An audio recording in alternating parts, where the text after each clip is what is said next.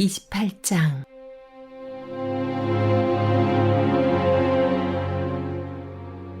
인원을 점검해보니 모두가 무사했다. 우리가 있는 곳이 몰타 섬이라는 것을 알았다. 그곳 원주민들이 우리에게 특별히 친절을 베풀어 주었다. 비가 오고 날이 추워서 우리가 흠뻑 젖자 그들은 큰 불을 피우고 그 주위에 우리를 모이게 했다. 바울도 힘껏 거들기 시작했다. 그가 나뭇가지 한 다발을 모아다가 불에 넣자 불 때문에 깨어난 독사가 그의 손을 물고 놓지 않았다. 원주민들은 바울의 손에 매달린 뱀을 보고 그가 살인자여서 응분의 벌을 받는 것이라고 단정했다. 바울은 손을 털어 뱀을 불 속에 떨어버렸다.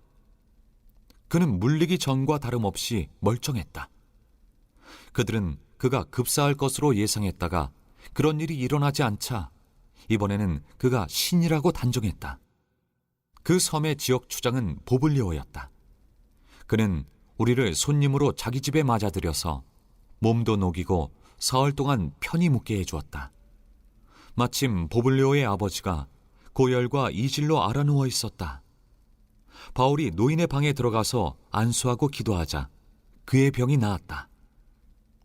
그가 나았다는 소식이 순식간에 퍼졌고 이내 그 섬에 병든 자들이 와서 고침을 받았다.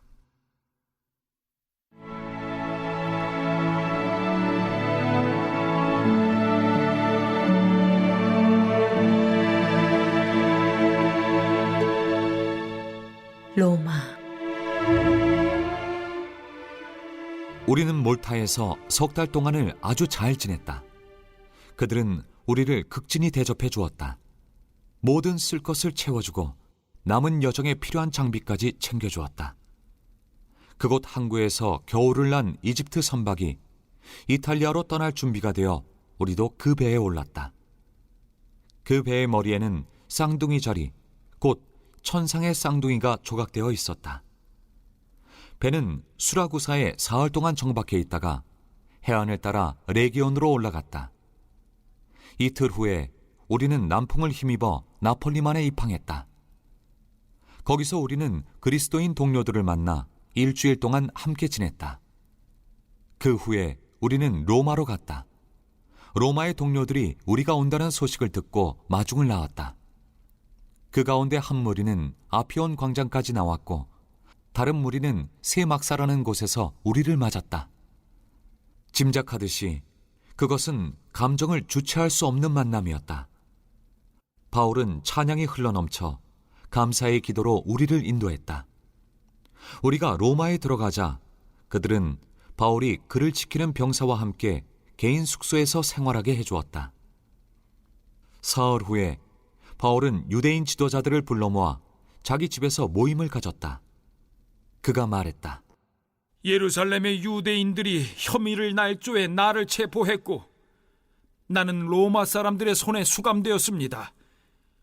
분명히 말하지만 나는 유대인의 율법이나 관습에 어긋나게 행동한 것이 전혀 없습니다.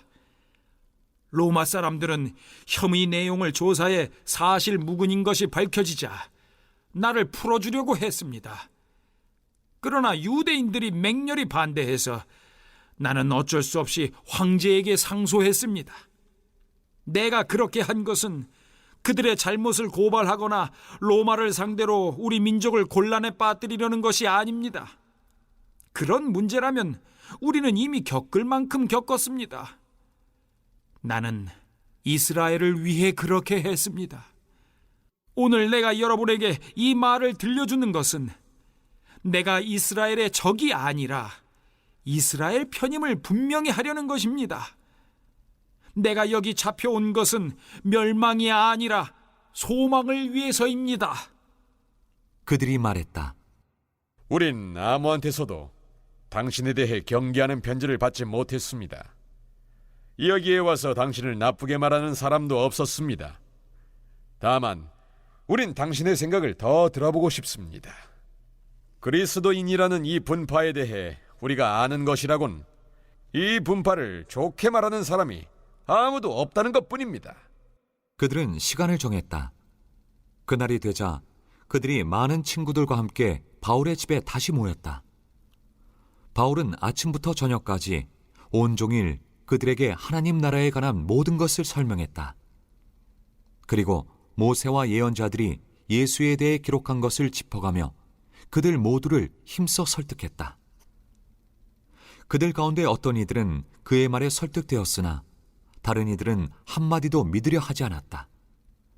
믿지 않는 이들이 서로 시비를 걸며 말다툼을 시작하자 바울이 끼어들었다. 여러분에게 한 말씀만 더 드리겠습니다. 성령께서 예언자 이사야를 통해 우리 조상에게 말씀하실 때 그분은 이것을 분명히 알고 계셨습니다. 이 백성에게 가서 이렇게 말하여라. 너희가 귀로 듣겠으나 한마디도 듣지 못할 것이요 눈으로 보겠으나 하나도 보지 못할 것이다. 이 사람들은 머리가 꽉 막혔다. 그들은 듣지 않으려고 손가락으로 귀를 틀어막는다. 보지 않으려고 나와 얼굴을 맞대어 내 치료를 받지 않으려고 두 눈을 질끈 감는다. 여러분에게는 이미 기회가 있었습니다. 다음은 이방인들 차례입니다. 내가 장담합니다. 그들은 두 팔 벌려 받아들일 것입니다. 2년 동안 바울은 셋집에서 살았다. 그는 찾아오는 사람 누구나 맞아들였다. 바울은 긴박한 마음으로 하나님 나라의 일을 모두 전하고 예수 그리스도에 관해 모든 것을 설명했다. 그의 집문은 항상 열려 있었다.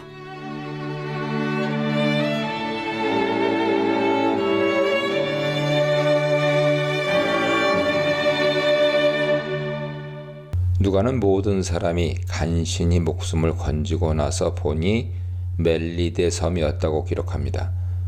멜리데 섬은 시칠리아 반도 남부에 위치한 섬인데 오늘날 몰타에 해당합니다. 멜리데는 셈적으로 안식처, 피난처라는 의미죠. 하지만 그 의미를 누가가 당시에 알고 있었는지는 확실히 알 수는 없습니다. 멜리데 사람들은 본래 페니키아인들로서 셈조고 계통의 포에니 사투리를 사용했습니다. 특히 변방에 사는 사람들은 헬라어를 사용하지 않았고 토착어를 사용했기 때문에 그리스인과 로마인들은 그들을 원주민, 바르바로이라고 불렀습니다. 헬라어 작가들 글에 의하면 이 원주민들은 대체적으로 낯선 사람들에게 적대감을 표시하곤 했습니다. 그런데 이번에 파손으로 인해 난민 신세가 된 276명은 정반대로 환대하는 모습을 보입니다. 그날은 비가 내리고 날씨가 매우 추웠기 때문에 불을 피워서 바울 일행을 친절하게 맞이합니다. 배 안에서도 매우 헌신적이며 현실적인 도움을 주었던 바울은 육지에 오른 후에도 계속해서 동료들에게 도움을 주었습니다. 바울이 마른 나뭇가지를 한아름 안 하다가 불 속에 넣었더니 뜨거운 열기 때문에 독사 한 마리가 튀어나와서 바울 손에 달라붙었습니다. 여기서 누가가 사용한 헬라어 에키드나는 독사를 가리키죠. 그러나 학자들 주장에 의하면 오늘날 몰타에는 어떤 종류의 독사도 존재하지 않는다고 합니다. 그렇다면 누가 기록은 진정성이 결여된 것일까요? 단적으로 말할 수는 없습니다. 오늘날 존재하지 않는다고 해서 2000년 전에도 그래야 한다는 법은 없기 때문이죠. 그 순간 섬 사람들은 수군거렸습니다. 이 사람은 분명히 살인자다. 바다에서는 살아나왔지만 정의의 여신이 그를 그대로 살려두지는 않을 것이다. 라고 말이죠. 그런데 바울은 아무런 해도 입지 않고 그 독사를 불 속에 떨어뜨립니다. 바울이 그 독사를 독사로 여겼는지는 확실히 알 수 없지만 만약 독사로 여겼다면 자신은 하나님의 보호를 받고 있다고 생각했던 것 같습니다. 원주민들은 바울에게 어떤 일이 일어날지 주시하며 그의 살이 부어오르거나 당장 쓰러져 죽으려니 생각하면서 기다렸습니다. 그런데 오랫동안 기다려도 아무런 이상이 생기지 않자 그들은 거꾸로 바울을 신이라고 말했습니다. 누가는 바울을 신으로 생각하지 않았습니다. 다만 누가는 사도들을 강한 능력을 소유한 자로 여겼죠. 문학적인 위트를 소유한 누가는 이 이야기를 소개하면서 원주민들의 미신적인 생각을 살짝 유머러스하게 비꼬고 있는 것으로 보입니다. 누가는 7절부터 멜리데 섬에서 일어났던 두 번째 이야기를 소개합니다. 이 이야기는 복음서에서 예수께서 베드로의 장모의 열병과 다른 사람들의 질병을 고친 이야기와 흡사합니다. 멜리데 섬의 주장은 농장을 가지고 있었는데 그의 초대를 받아 사흘 동안 극진한 대접을 받았습니다. 초대를 받은 사람들 가운데 바울과 누가도 포함되어 있었죠. 그런데 마침 주장 버블리오의 아버지가 열병과 이질에 걸려 누워 있었는데 바울이 그를 보고 들어가서 그에게 손을 얹고 기도해 병을 낫게 해주었습니다. 바울의 치유 기적을 듣고 그 섬에 사는 다른 병자들이 바울을 찾아왔고 바울은 그들의 병도 모두 고쳐주었습니다. 원주민들은 바울이 자신들의 병을 고쳐준 일에 대한 감사의 표현으로 극진히 접대했고 그 섬을 떠날 때 필요한 물건들을 배에 실어주었습니다. 누가는 이 단락에서 우리라는 1인칭 복수를 사용하는데 이는 누가도 바울과 함께 의수를 발휘했다는 의미일 수도 있습니다. 하지만 누가는 단순히 바울이 행한 일에만 집중하는 것으로 보입니다. 11절로 15절입니다. 바울과 그 일행이 멜리데에서 석 달을 보낸 기간은 긴 겨울철이었죠. 그곳에 있던 다른 배들도 겨울철이었기 때문에 항해를 멈추고 봄이 오길 기다리고 있었습니다. 따라서 멜리데 섬에 다른 알렉산드리아 배가 정박해 있었다는 사실은 그리 놀랄만한 일이 아니죠. 이 배 역시 곡식을 로마로 실어 나르는 배였을 것입니다. 누가는 그 배의 세부적인 정보까지 독자들의 흥미를 위해 제공해 줍니다. 그는 이 배의 선수상은 두 신 디오스 구로로 장식되어 있었다고 기록합니다. 이들이 탄 배는 먼저 시칠리아 섬의 수도인 수라구스로 향했죠. 그리고 그들은 그곳에 사흘 동안 머물렀습니다. 이런 정보는 바울이 로마로 압송되어가는 이야기 속에서 특별한 의미가 담겨 있지 않기 때문에 누가의 단순한 창작으로 보기 어렵습니다. 역사적 기록을 반영한다고 보는 것이 타당하죠. 그들은 수라구스를 떠나 레기온, 오늘날로 하면 레기움입니다. 레기온에 도착했습니다. 그리고 레기온에서부터 북쪽으로 남풍을 타고 속도를 내어 이튿날 보디올, 오늘날로 하면은 포추올입니다. 보디올에 다다를 수 있었습니다. 보디올은 당시 밀무역 주요 항구였던 것으로 알려져 있습니다. 누가는 바울과 그 일행이 그곳에서 그리스도인들을 만났고 그들의 초대를 받아 이래를 그들과 함께 지냈다고 기록합니다. 보디올은 당시 국제적인 도시였으므로 유대인 공동체를 비롯해 그곳에서 그리스도인들을 만났다는 사실이 그리 놀랄만한 일은 아니죠. 그러나 많은 주석가들은 바울이 그곳에서 자유롭게 신자들과 한 주간 동안이나 교제하며 지낼 수 있었던 점에 대해서는 의구심을 갖고 있습니다. 이 기간을 바울이 로마에 도착했다는 소식이 전해지고 로마 그리스도인들이 그를 맞이하기 위해 올 수 있는 누가의 문학적 장치로 생각하기도 합니다. 한편 백부장이 이 기간 동안 로마에 가서 추가 지시를 받아왔을 것이라고 추측하기도 합니다. 그래서 우리는 이와 같이 로마로 가니라 라는 누가의 설명도 난해할 수밖에 없죠.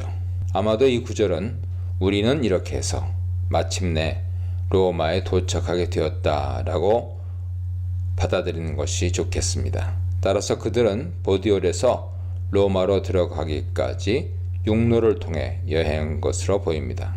바울이 로마에 도착하기 전에 소식을 들은 성도들이 그를 맞이하러 나왔습니다. 바울이 로마에 도착할 것이라는 소식은 아마도 보디올에 있던 성도들에 의해 로마로 전달된 것으로 보입니다. 그래서 두 지역 성도들이 각각 바울을 맞이하러 로마로부터 약 69km 떨어진 곳에 위치한 앞비오 광장과 로마로부터 약 53km 거리에 위치한 트레비스 타베르네까지 마중 나오게 됩니다. 누가는 바울이 그들을 보고 하나님께 감사를 드리고 용기를 얻었다고 말합니다. 로마에도 예수 그리스도를 주님으로 섬기며 예배하는 신자들이 있다는 사실이 바울에게는 적지 않은 격려로 다가왔을 것입니다.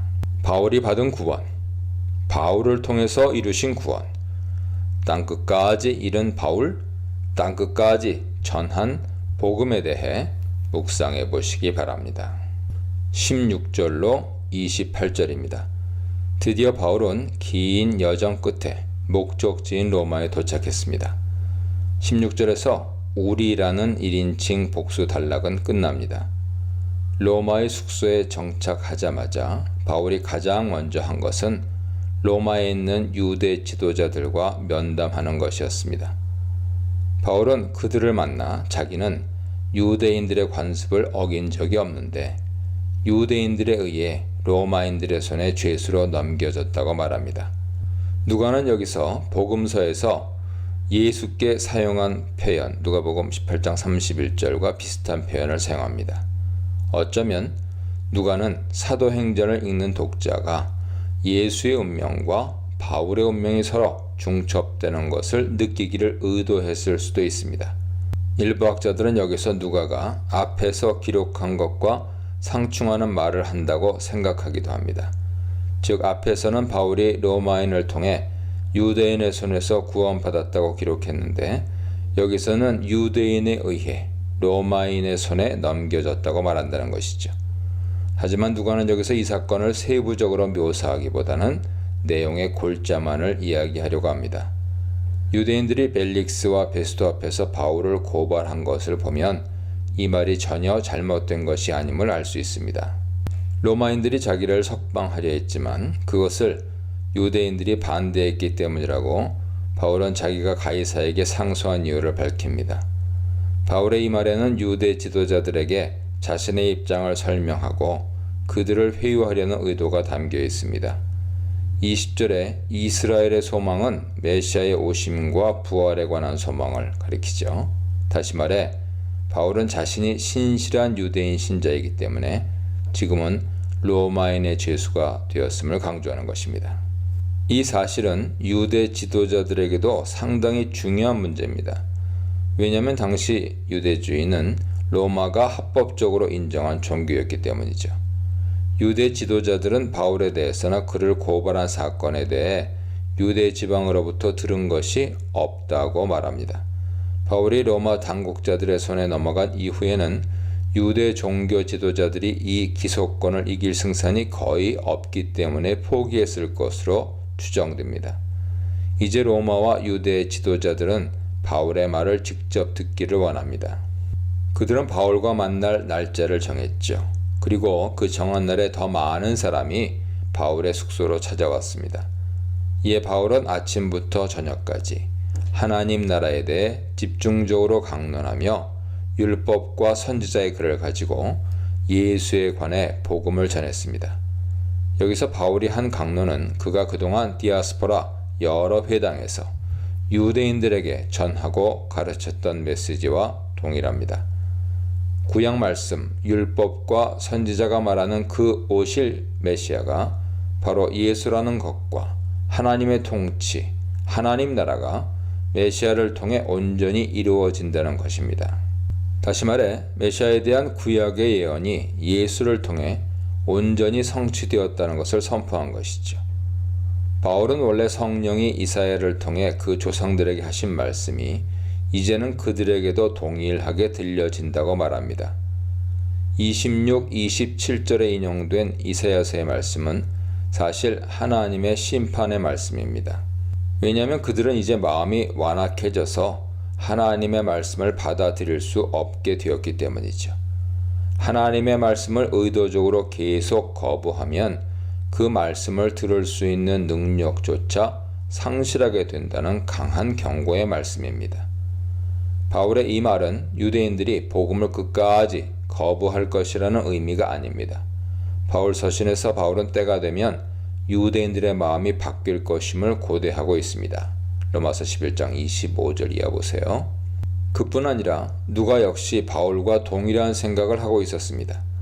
하지만 이제부터 초대교회 선교는 이방인에게로 향합니다.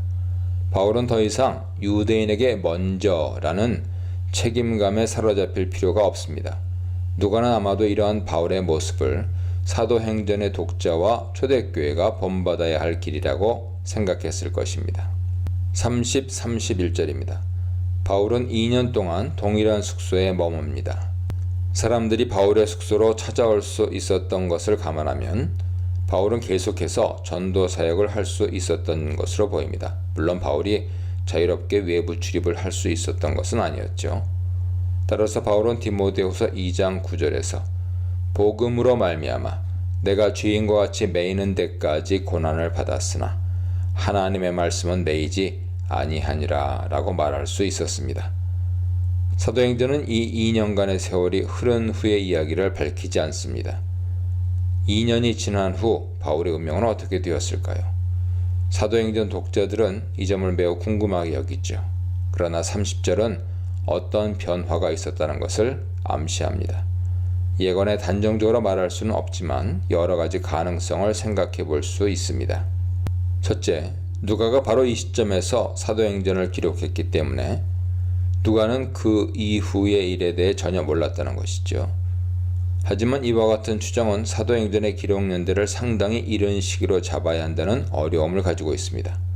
물론 불가능한 것은 아니죠. 하지만 사도행전은 전체적으로 후대 관점에서 기록되었다는 인상이 깊습니다.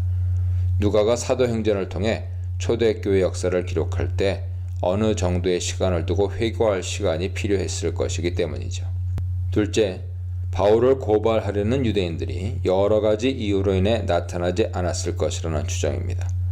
이런 상황에서 사도 바울이 자동적으로 석방되었을 가능성이 존재합니다. 그러나 우리는 이에 대해 전혀 아는 바가 없죠. 다만 사도행전 23장 11절, 27장 24절을 읽어보면 우리는 누가의 글을 통해 바울이 결국 가이사 앞에 서게 되었을 것이라는 암시는 강하게 받습니다.